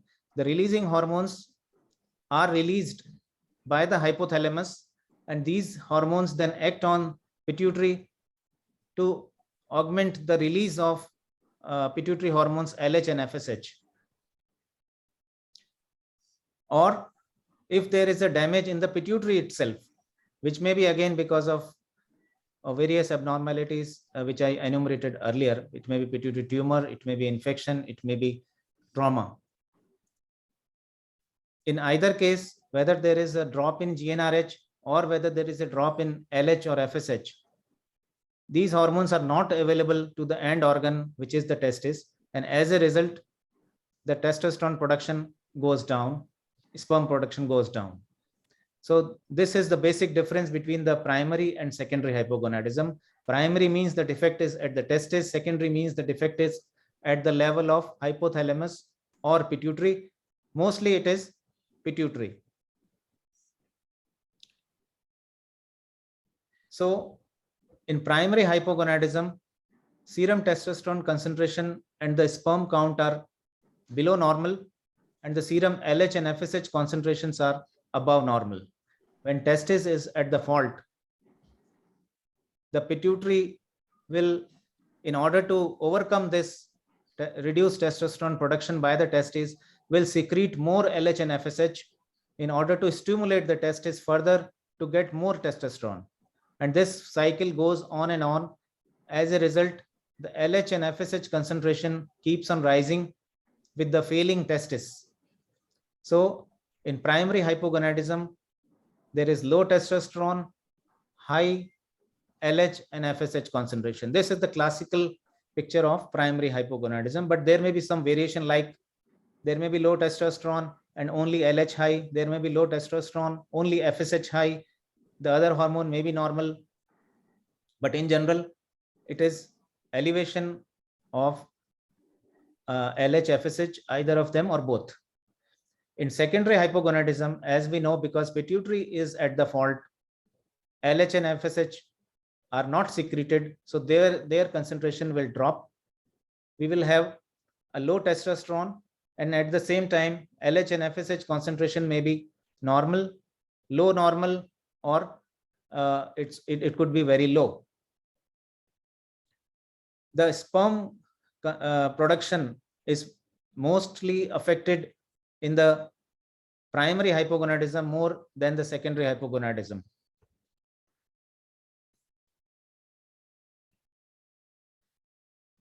Here again, we can differentiate between these two disorders.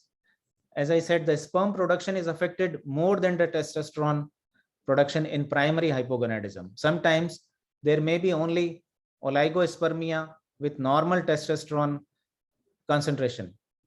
So this is an indication of primary hypogonadism. FSH may be normal or high, whereas gynecomastia is a characteristic feature of only primary hypogonadism. It doesn't occur in secondary hypogonadism. Sometimes it may be difficult to differentiate when the levels are not clear-cut high or low, and when the levels are in gray zone. Then this clinical picture of gynecomastia might help in differentiating between primary and secondary hypogonadism. In secondary hypogonadism, there is a proportionate drop in testosterone and sperm production. So testosterone is low, sperm production is also low. Now we come to the causes of secondary hypogonadism. We can start with common tumors like the cellular tumors or other CNS tumors. Craniopharyngiomas is, of course, not a very common CNS tumors, but it is characteristic of hypogonadism or pituitary or hypothalamic involvement of hypothalamic involvement and leading to low testosterone production because of drop in LH and FSH. Germinomas, other germ cell tumors in hypothalamic region, hypothalamic and optic gliomas like astrocytomas. Then there are several kinds of pituitary tumors which are generally benign, and it may include syndrome of MEN1 or simply a prolactinoma, which is one of the most common pituitary tumor. Prolactinoma, I think you all are aware, is the commonest pituitary tumor. And prolactinoma are generally macroprolactinoma, that means they are larger in size, and that is the reason that when a pituitary tumor, generally if it is a small tumor, it will not affect the production of LH and FSH, whereas if the pituitary tumor is large, it will destroy the LH and FSH producing gonadotropin cells in the pituitary, so you will not have LH and FSH. There may be other cellular tumors also which may arise from meninges or which may arise from the bone itself, like chordoma. So there is a long list of these tumors, and all of them can produce secondary hypogonadism. Craniopharyngioma generally occurs in children, but a second peak may occur in 50s or 60s, but generally it is a tumor of childhood. Germinomas are very aggressive tumors and high mortality is there.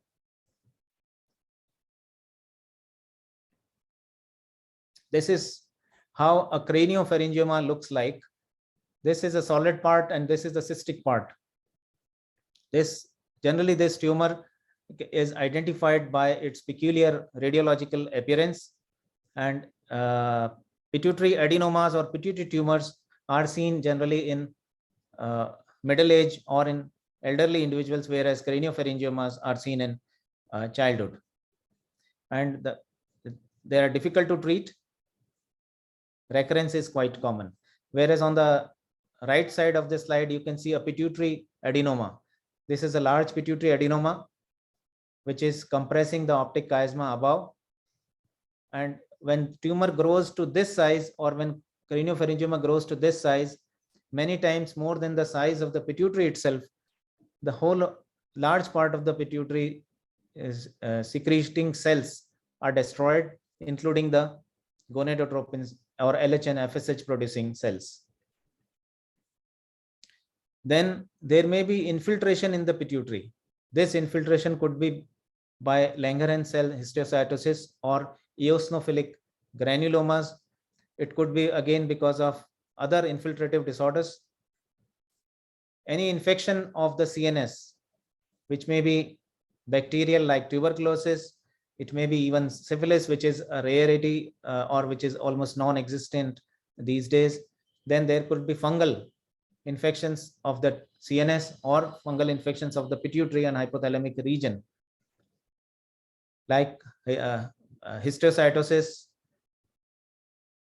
vascular abnormalities of the CNS, like congenital anomalies of circle of Willis or blood vessels in that region. Well, these angiomas, they can suppress, they can again put pressure on the pituitary, and the pituitary will become functionless. Congenital malformations associated with craniofacial anomalies. Head trauma.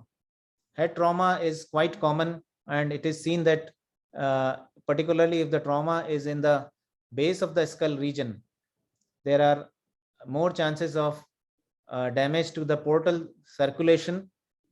The connection between hypothalamus and pituitary is cut because of this trauma. As a result, the hypothalamic hormones or the GnRH is not able to reach the pituitary, or sometimes there may be direct trauma to the pituitary itself. And maybe this is not immediately evident. After a couple of weeks or months of the head trauma, when the patient is discharged from the hospital, and suddenly after a few months it is discovered that now the patient has become hypopituitary. So any patient who complains of erectile dysfunction or symptoms of other pituitary hormonal deficiencies after a few months of head injury, you should suspect hypopituitarism because of head injury. Lymphocytic hypophysitis is again a rare but very interesting disorder. This is autoimmune involvement of the pituitary. It may be primary or secondary. Secondary means infiltration by infiltrative disorders like sarcoidosis or tuberculosis. Then Sheehan syndrome is common in our particular in Indian setup, and most of you might have seen few cases of Sheehan syndrome. Postpartum pituitary necrosis is the term used for this syndrome. In immediate postpartum period, if there is massive blood loss, then there is shock of the pituitary. Pituitary infarct occurs, and large part of the pituitary is necrosed. And again, this is discovered few weeks or months after the delivery. It may be again acute or chronic. Acute is discovered very soon, but chronic may take few months or years after the delivery. And some disorders like sickle cell disease, if it is associated with Sheehan syndrome, if a patient of sickle cell syndrome, if a lady goes delivery with sickle cell syndrome, you should keep a high index of suspicion for occurrence of Sheehan's syndrome. Then there are disorders of isolated gonadotropin deficiency. Isolated, it could be isolated just LH deficiency in the pituitary. Rest of the pituitary functions are normal. All pituitary hormones are normal. Only there is deficiency of LH. or maybe only deficiency of FSH. These are genetic disorders. These are rare disorders. Generally, they are difficult to diagnose, and generally they are not common.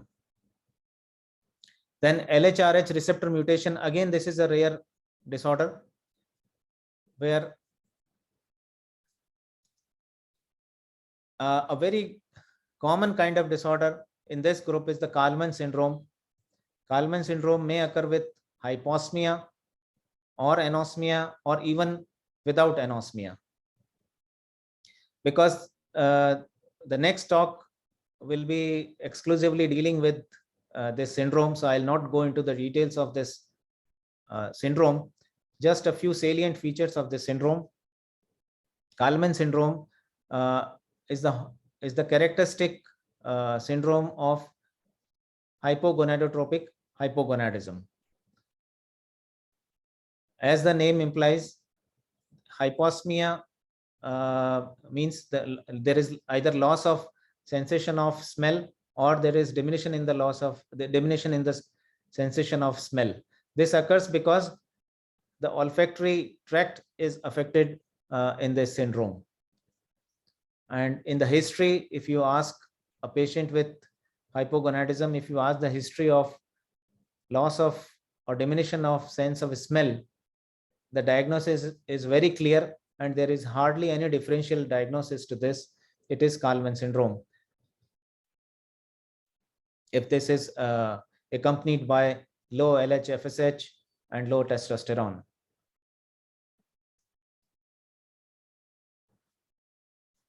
Few rare disorders in this category are Prader-Willi syndrome. Prader-Willi syndrome, Lawrence-Moon-Biddle-Bardet syndrome. These are syndromes which we rarely see once in a while in our practice. These are characterized by obese, both Prader-Willi and Lawrence-Moon or Biddle-Bardet syndromes. They have obesity, childhood obesity characterized by features of hypogonadotropic hypogonadism. And in Prader-Willi particularly, the stature is also short. So a short child, very obese or morbidly obese with hypogonadotropic features of this hypogonadism, you should suspect Prader-Willi syndrome. Sometimes in these individuals, growth hormone might be helpful. That is why it is important to diagnose these disorders accurately. Chronic systemic diseases. This is a huge group. Any kind of chronic systemic disease of any system. It may be involving cardiac system, it may be GI system, kidney, chronic liver disease. All those long-standing severe chronic disorders will have impact on hypothalamus. As a result, the GnRH secretion from the hypothalamus will go down in these disorders. So they will manifest as secondary hypogonadism. Then sickle cell disease, cystic fibrosis, HIV, chronic GI disease, chronic renal disease. These are all common causes of hypogonadotropic hypogonadism. And as we know, once you treat these diseases, and even if there is a partial remission, like chronic renal disease, if the patient is treated well, like if there is a renal transplant or chronic GI disease, if there is remission of chronic GI diseases, there is reversibility of this hypogonadism. So this is not a permanent kind of hypogonadism. Few other acquired disorders like exercise-induced hypogonadism. And this is particularly seen in females. This is not predominant feature in male, but just to enumerate, severe people who are involved in high intensity physical activity, like marathon runners, they may have exercise-induced hypogonadism. Psychogenic hypogonadism, hyperprolactinemia is a very common, one of the few commonest causes of hypogonadism in males. Hyperprolactinemia in males is mostly due to drugs. And you all know the long list of drugs which produces hyperprolactinemia. Antipsychotics are very notorious, particularly the modern or second generation antipsychotics are notorious for this hyperprolactinemia. Then Cushing syndrome, HIV, morbid obesity, type 2 diabetes mellitus. Because we see a large number of patients with type 2 diabetes and obesity, although the chances of hypogonadism in type 2 diabetes is not very high, but because the sheer number of diabetic patients is so high that we see large amount of these patients with secondary hypogonadism. The exact mechanism of secondary hypogonadism in type 2 diabetes is not known, but it is believed that probably there is a diminution in GnRH secretion, and particularly if the diabetes is poorly controlled and if people have more comorbid conditions associated with diabetes, then chances of hypogonadism are more. And again, there is reversibility here. Once you treat diabetes very aggressively, very effectively, and the hypogonadism is reversible in these situations.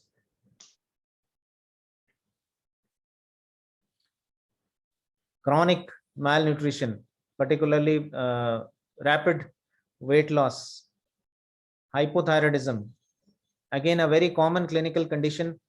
Diabetes and hypothyroidism are two such conditions, and both of them, unless the history is asked, we will miss the history of hypogonadism in these individuals.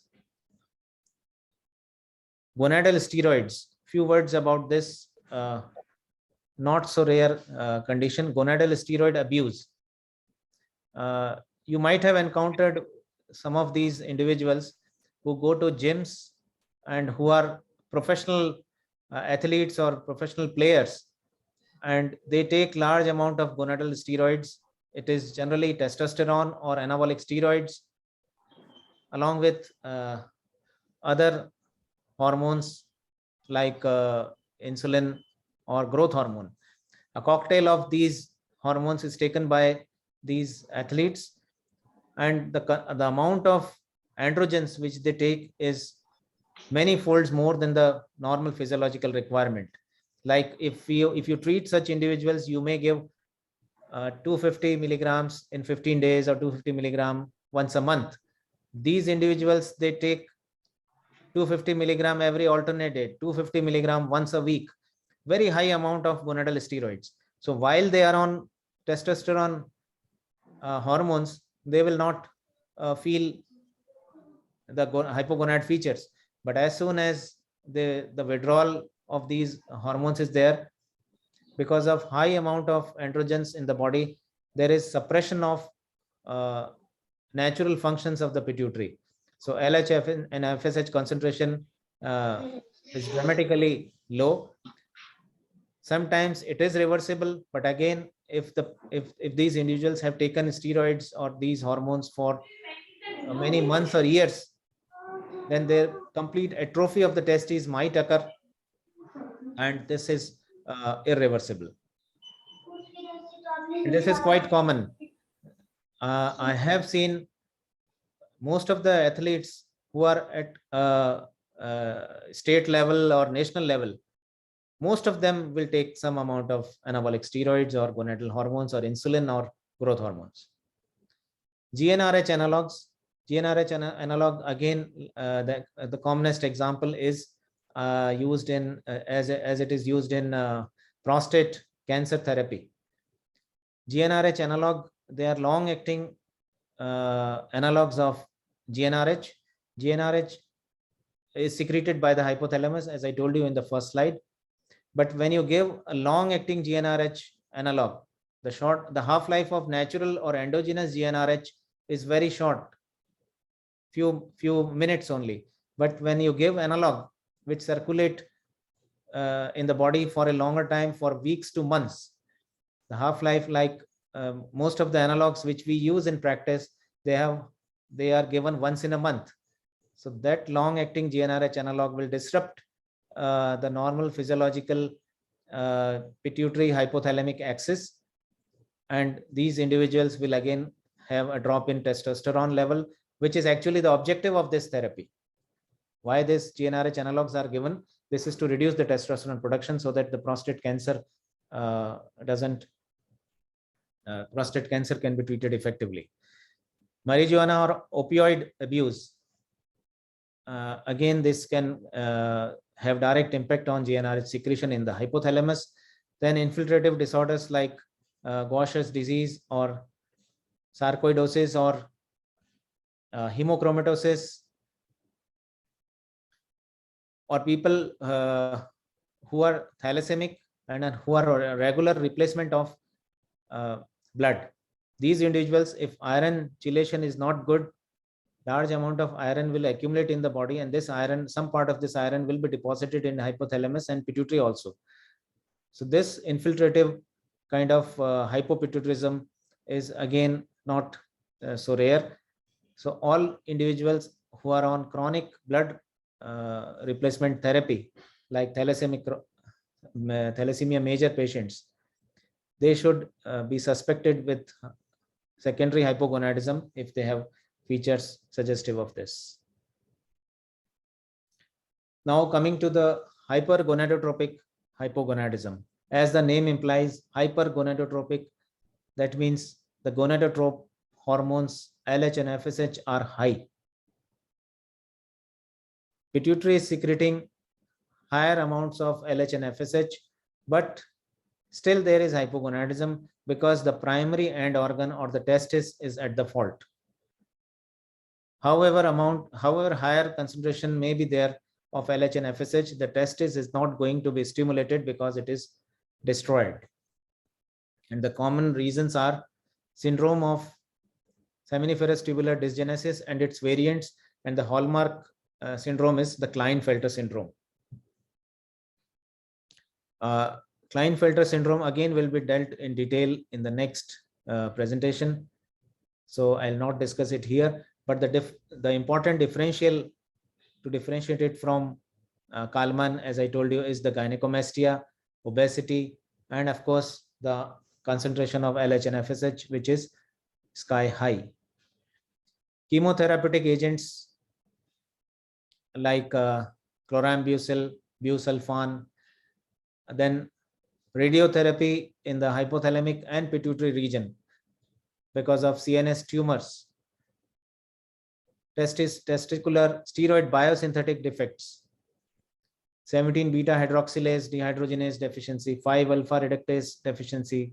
These are rare enzyme disorders in the testicular biosynthetic pathway, and these genetic disorders are diagnosed by measuring the hormones in the blood or in the urine. Gonadal dysgenesis, again a rare genetic disease. Sertoli cell only syndrome.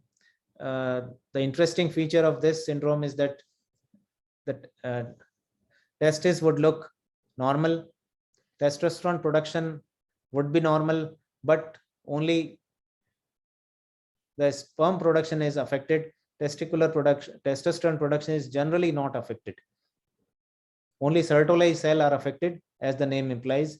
So there is only sperm diminution, and testosterone production is either normal or low normal.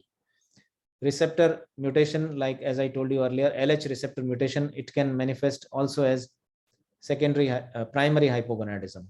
Anorchia or cryptorchidism. Cryptorchidism is generally detected at the time of the birth. Even if it is unilateral,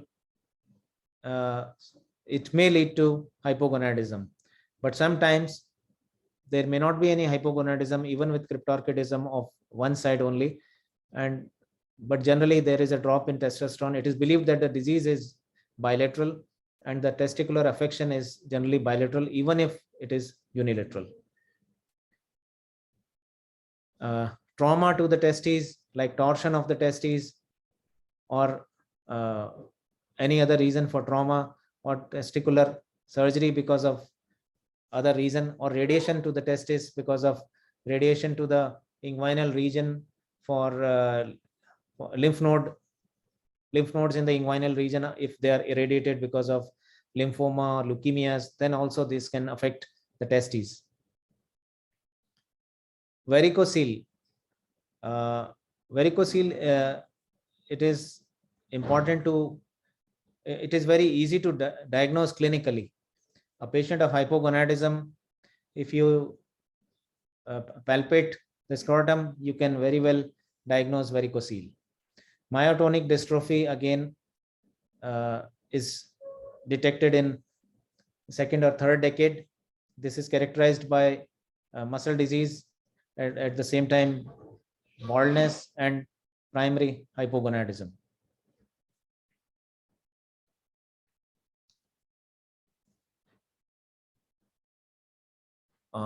Sorry, this slide was actually for the secondary hypogonadism, but somehow it has come here. So I will still go through this slide.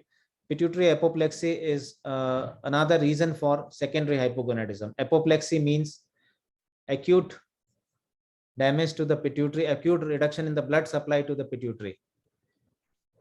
And this may be because of infarct in the pituitary tumor. If there is a pituitary tumor which is not very large and it is benign, it is not causing any harm, these are incidental findings. And sometimes we don't do anything if they are not causing any hypogonad or any other reduction in the pituitary hormones. But sometimes there may be hemorrhage in these benign or harmless pituitary tumors, and now they may cause severe headache, visual diminution, and features of hypogonadism or pituitary deficiency. Infections of the pituitary like bacterial, viral, or fungal infections of the pituitary, a critical illness. All patients who are very sick, like most of the patients in ICU who are critically ill, who are on ventilators, when their hormones are measured, they are low. So in a patient of hypogonadism, critical illness, when the patient is in ICU, this is not the right time to investigate such patients. Wait for some time when they are out of the ICU, when they are in a better clinical condition, then it is better to investigate these patients for hypogonadism. So, sorry, coming back to the causes of primary hypogonadism. One of the important causes of testicular affection by infection is mumps orchitis. Of course, in present era, mumps orchitis is not common, but few decades earlier, it was a common entity for causing hypogonadism. Radiation to the testes or chemotherapeutic agents, ketoconazole, which is causing inhibition of testosterone synthesis in adrenals as well as in the testes. Glucocorticoid, large amount of glucocorticoids, if they are used for a longer time, like more than few weeks or months, like in many rheumatological conditions, and these individuals can have both primary and secondary hypogonadism. Environmental toxins like DDT, bisphenol A, phthalates, they may be again causing direct damage to the testes. Acute alcohol ingestion can also cause primary hypogonadism, but again this is reversible. I think that was all regarding the causes of primary and secondary hypogonadism. Thank you.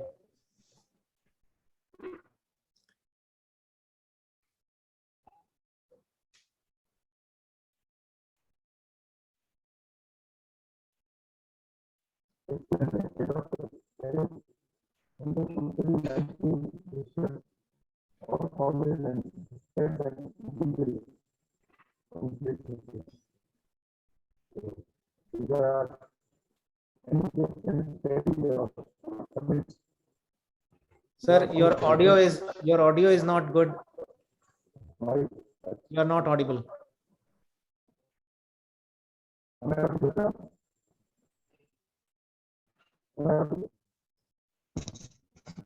No.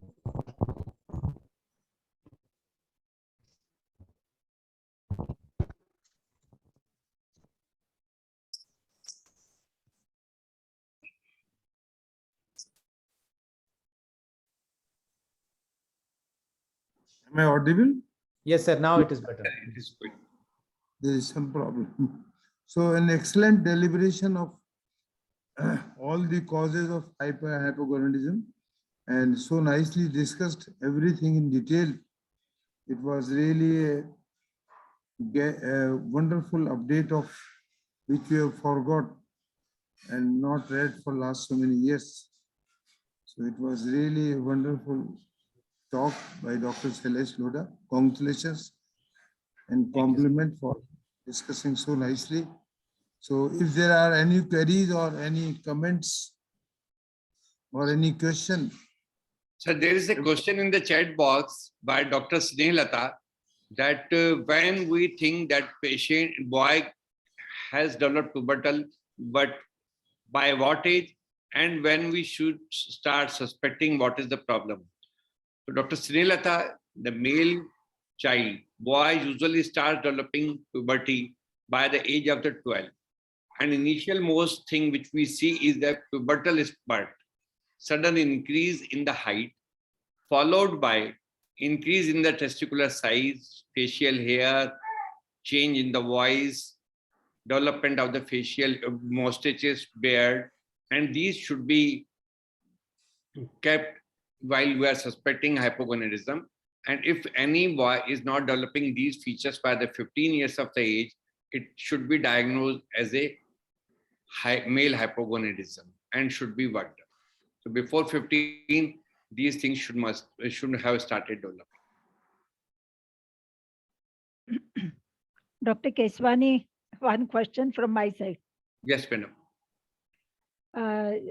Dr. Salesh said about hypogonadism in type 2 diabetes and obesity.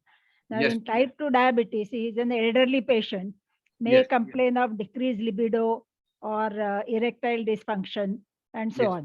Yes, madam. Now, would you attribute that to an autonomic neuropathy or it is because of the hypogonadism? Because it will be then interesting to study the testosterone levels in these people. Yes, madam, that diabetes causes defects by multiple ways. It causes atherosclerotic disease, decreased blood supply. At the same time, autonomic nervous system is affected. And at the same time, it has also been observed that testosterone levels in elderly diabetics is less as compared to the non-diabetic persons. So these all can contribute to development of the hypogonadism. And if we want to differentiate, we should go for the simple test of the serum testosterone level. And if that is normal for age, we should think of other causes of erectile dysfunction or hypogonadism in that male by seeing whether there is any atherosclerotic disease in the peripheral vessels. It can help us in finding out, in suspecting that this is because of the atherosclerotic disease, because of the diabetes. Certain investigation like to see nighttime tumescence or to see the blood flow in the penile arteries through Doppler can help us in differentiating what is the cause for erectile dysfunctions or hypogonadism in a man. But of course, low serum testosterone is also quite frequently seen in elderly diabetics. And we have to manage accordingly. Thank you, sir. Because it is multifactorial, because in large number of diabetics, I'm also finding hypothyroidism. The TSH levels are elevated. So, you know, like multiple endocrines. So it is hypothyroid, diabetes, autonomic system, and vascular disorders, which are common because of diabetes. So all of them contribute to this sexual function, which is decreased in the maturity onset diabetes, type 2 diabetes. Thank you, sir. It was nice listening to Dr. Salesh and yourself. You have given an overall view of the hypogonadism and the causes of hypogonadism. Next time, I suppose you will talk about different syndromes and the investigations. Yes, sir. Next time, Dr. Ajay Shah, who is a leading endocrinologist in Jaipur, will be giving lecture on the clinical presentations of the hypogonadism.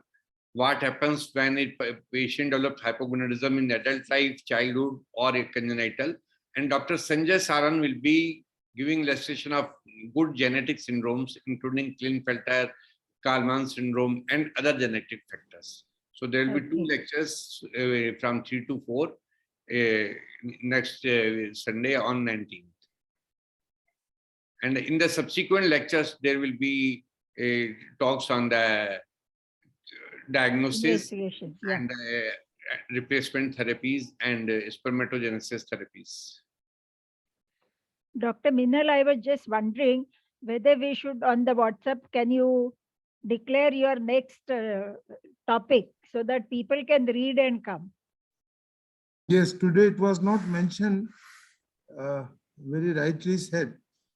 So that is very important. So, you know, the people, the participants can just brush up and then they can come so that they can ask questions.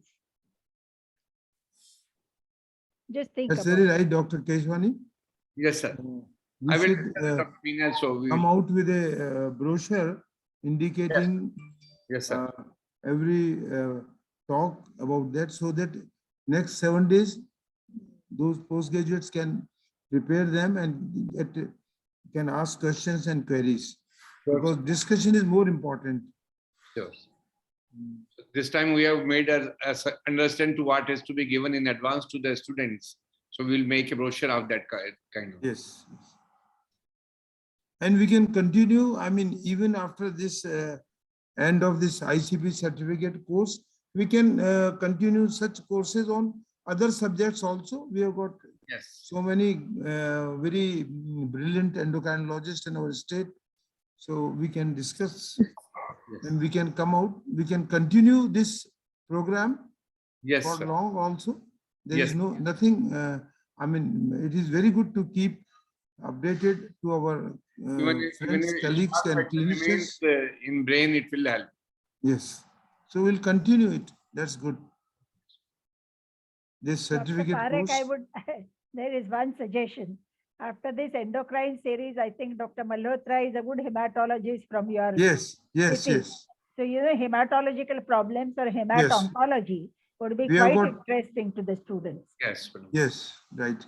Quite think about it. I mean, I may not be there as a dean, but you can continue the teaching programs. Yes, we can continue this teaching program in any form. There is no problem. We have got a hematologist, Dr. Malhotra, Dr. Upendra Sharma, Dr. Sudhir Mehta, and many more. So I mean, we can plan it and we will continue this. No, I know Dr. Malhotra because Dr. Girish Mathur suggested his name to be for monograph. So I have given one monograph to him. Yes. He is writing on medical oncology. Yes. He requested for this. Yes. That's right. Thank you, sir. Thank you, sir, for sparing time for this session. No, thank you to you, ma'am, that you have spared your valuable time to be part of this ICP certificate course, and really grateful to you. And I'm happy without publicity, there is quite a good response. More than 55 people have registered who are all API members and postgraduates. Next time we will have many more. Yes. The mouth publicity because of these lectures, and we will also put it in the journal. Yes. Next time I'll put it in JAPI. Yes. So there will be more number. After 3 months, when we conclude with these 10 lectures, we can have in the JAPI also. But it was a good beginning, madam. And novel idea has, Thank you, sir. Thank you. Congratulations. Okay. Thanks a lot, madam. Thank you, ma'am. Thank you. Thank you, Prakash, sir. Salesh, Thank you. Minal, everybody who attended this updated program. Very nicely done by all the speakers. They have done their job very nicely. And I mean, in a very simple way, we could understand. So thank you, everyone. Prakash, Dr. Salesh. Thank you, sir. Thank you. Thank you, ma'am. Thank you, madam. Thank you, sir. Thank you, all the audience.